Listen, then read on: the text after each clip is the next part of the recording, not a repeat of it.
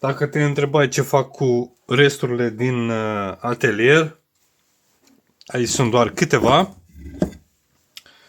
și mi-a fost oarecum să le arunc. Spre exemplu, lemn de nuc, lemn de paltin,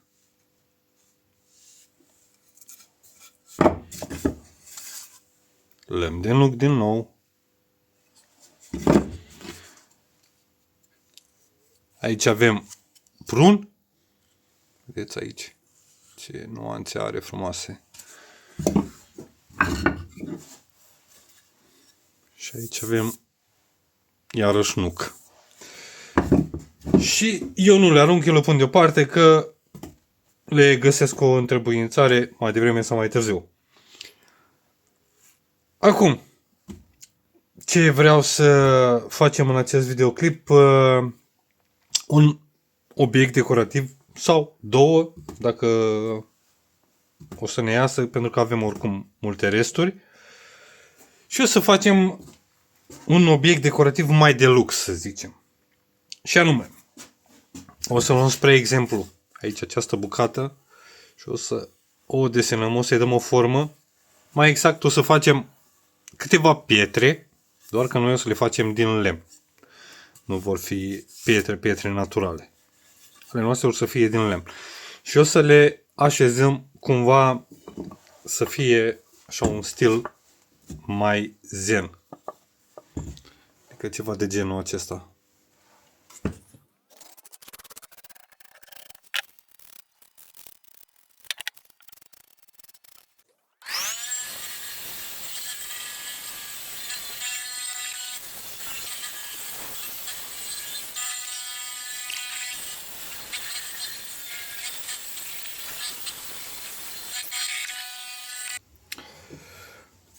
Și arată și celelalte pietre în ghilimele de rigoare, decupate așa din mare la banzic, pe care am apucat să le mai decupez pentru că am făcut o mică greșeală, nu am ținut bine în mână când am dat să-l decupăm la banzic și cred că am stricat și pânza. Am luat-o așa din mare. Acum o să dăm cu dalta și o să mai rotunjim cât putem ca să ne fie mai ușor la șlefuit. Să nu stăm foarte mult la șlefuit.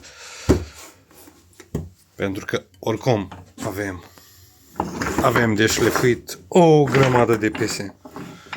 Iar acestea nu le mai putem prinde să ne jucăm cu dalta pe ele. Acestea le vom șlefui direct. Așa că avem mult praf.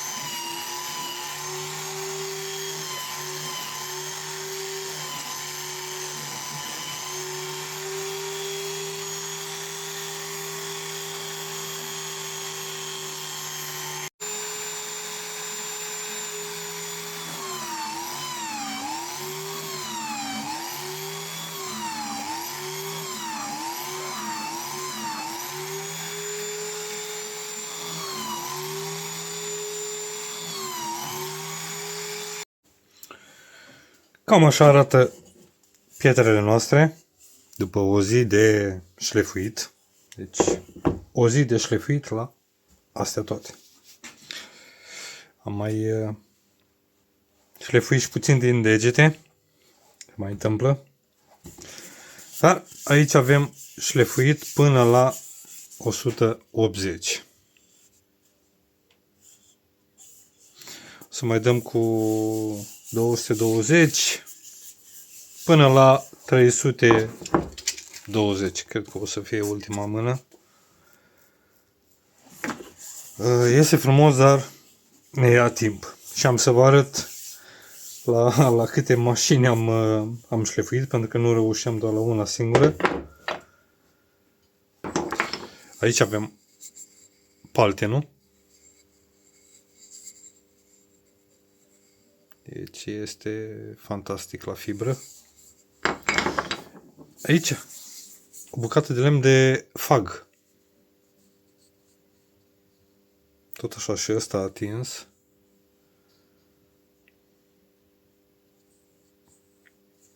Majoritatea celor care lucrează în mobilier, ateliere mari mă refer, dacă găsesc astfel de bucăți, le aruncă, nu le folosesc.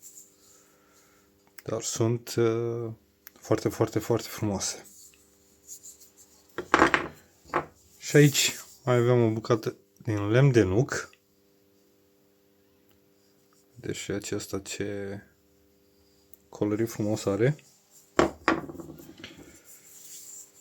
Și ăsta este de prun.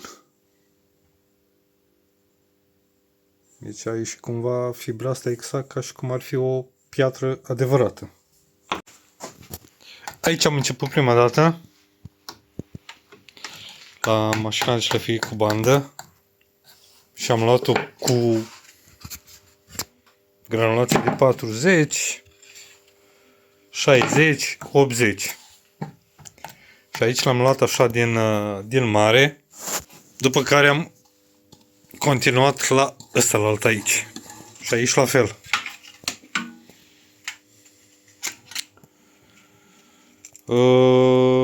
Aici tot cu 80 granulație am dat și am șlefuit când în partea aia, când aici.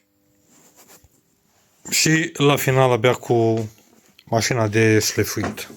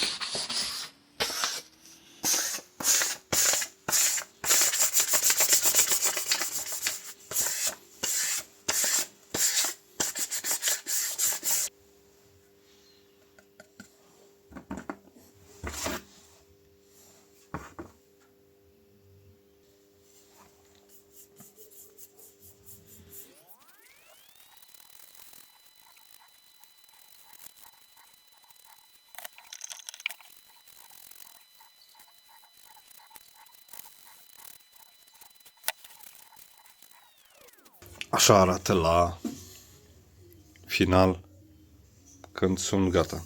Acestea sunt prinse. Nu mai pleacă nicăieri. Sunt stabile. Și haideți să o luăm de sus. Aici este lemn de paltin. Apoi ăsta este lemn de fag. Acesta este inconfundabil, lemn de dud. Următorul, acesta, este lemn de prun.